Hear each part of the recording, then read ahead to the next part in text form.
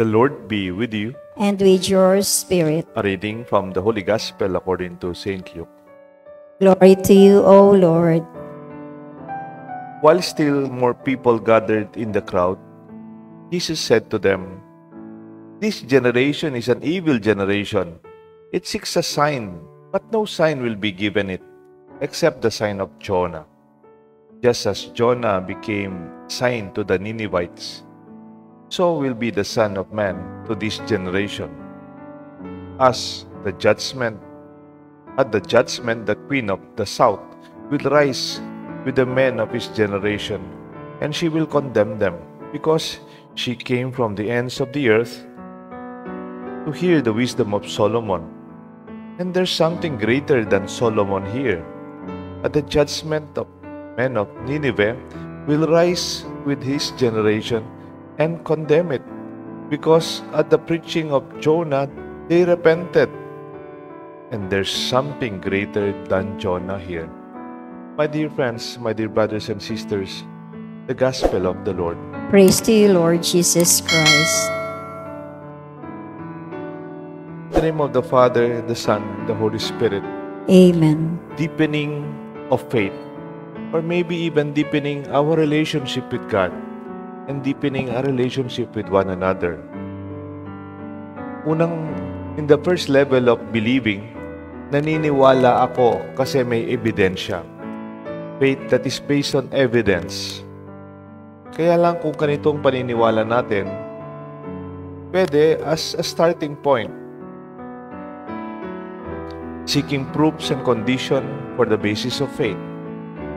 It is good to be sure, of course. What is your condition in order for you to believe? Healing, answered prayers, or blessings? Siguro sa buhay natin kailangan yung ebidensya. Halimbawa, hindi ka naman pwedeng mag-aral. Tapos sabihin mo, "Ma'am, hindi na po ako mag-exam. Alam ko na po yung lesson. Naintindihan ko na po." Hindi pwede yun. You don't claim that you know. Patunayan mo, mag-exam ka. Patunayan mo, gawin mo yung project mo. Patunayan mo, mag-recite ka. You have to prove that you know and you understand. Ganyan din sa mga korte. Hindi mo naman sinasabing may kasalanan ng taong ito. May kasalanan ng taong yon. You have to prove prima facie.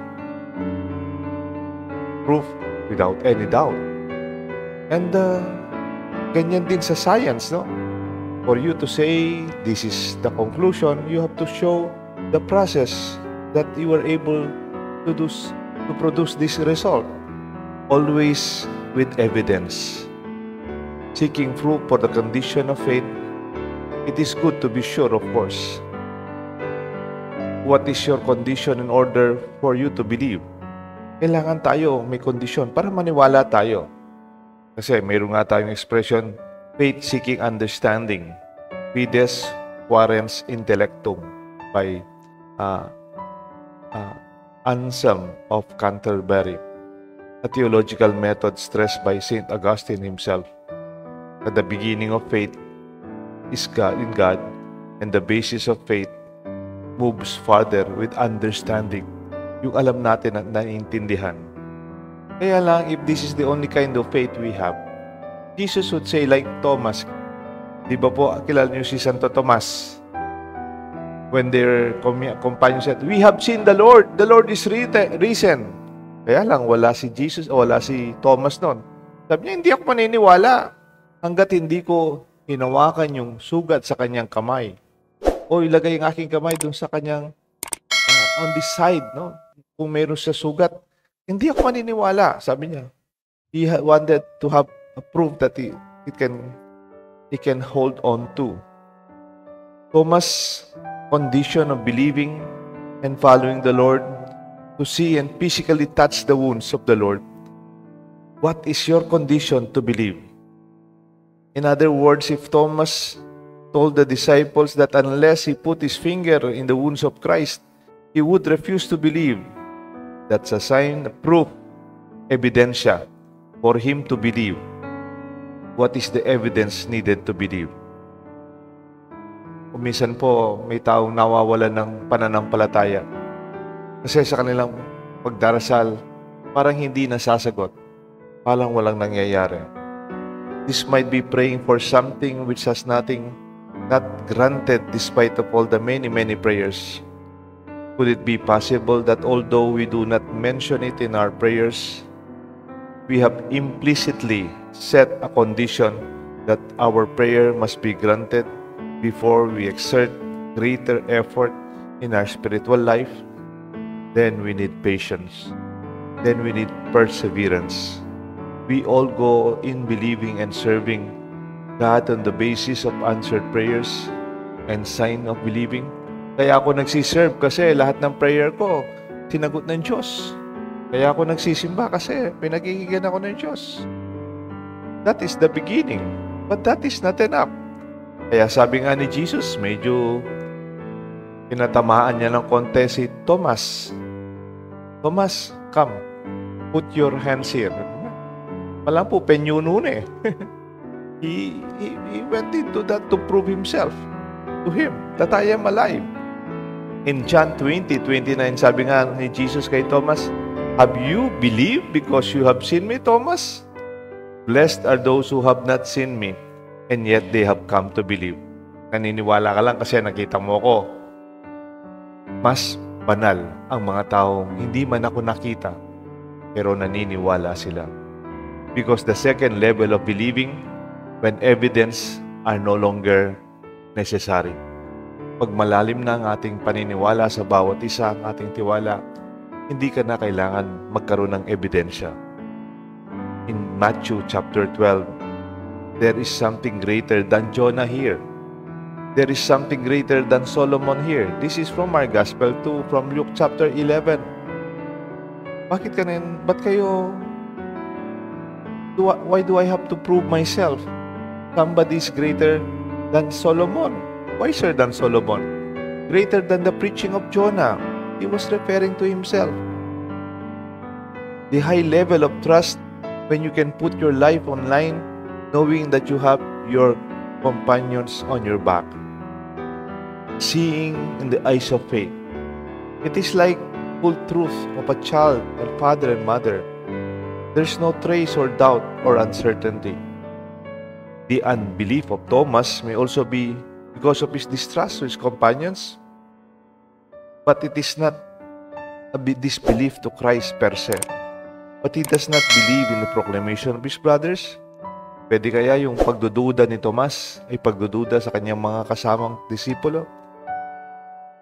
Because they are the one who proclaim. But our faith hindi dapat depende sa bawat isa. Di ako naniniwala kasi kasama ko sa simbahan, ganito yung ugali. Nawalan ako ng pananampalataya kasi ang pari namin, ganitong ugali. It's not that the basis of kung sino.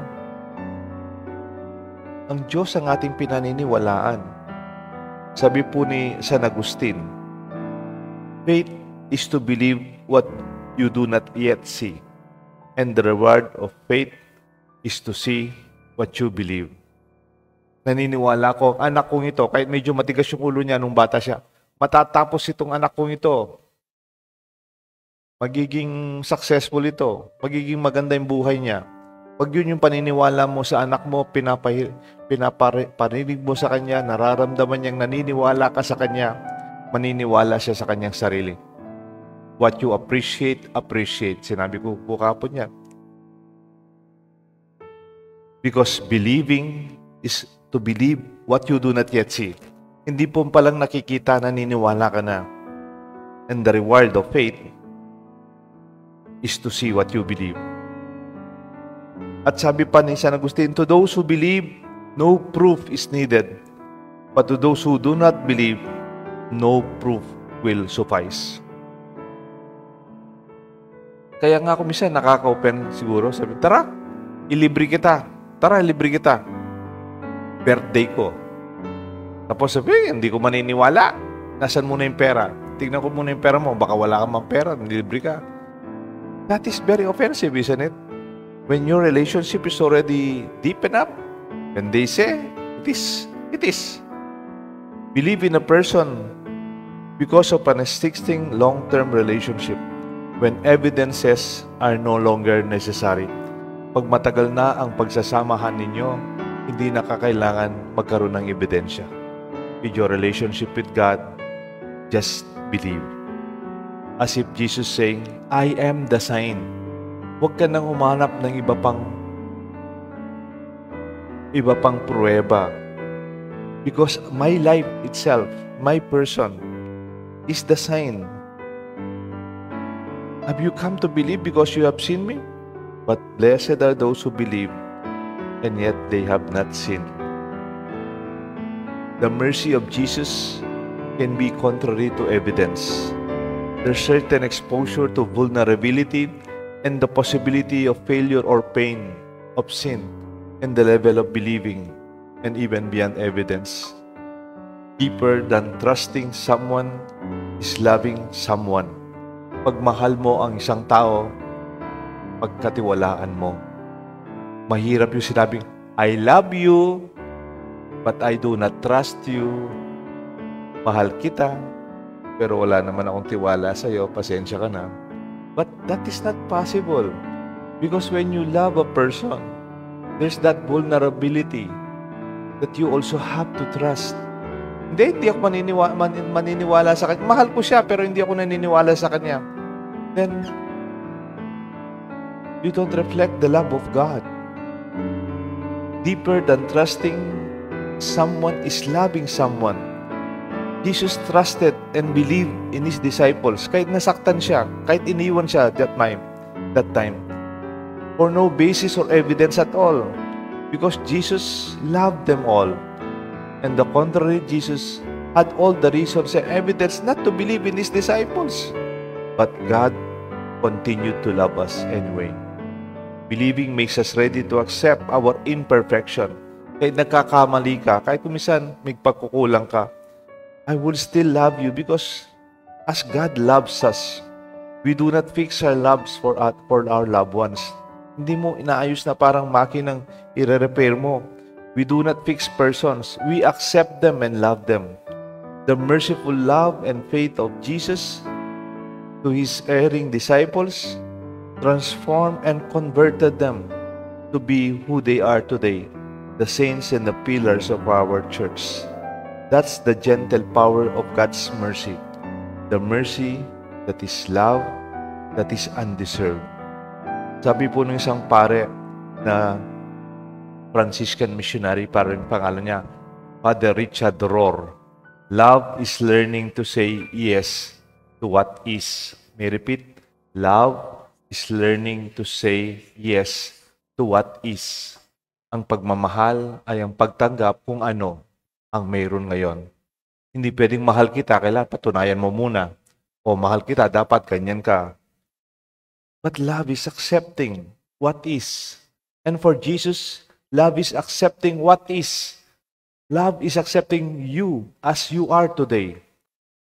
Even in your past, even in your future. If you ask Jesus for a sign, a proof, or evidence, He will answer, I am the sign. I am the proof. I am the evidence.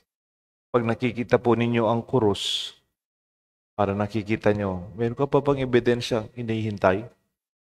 I died for you. I love you. This will be our good news today. Deepening of our faith. Deepening our relationship with God and our relationship with one another. The Father, the Son,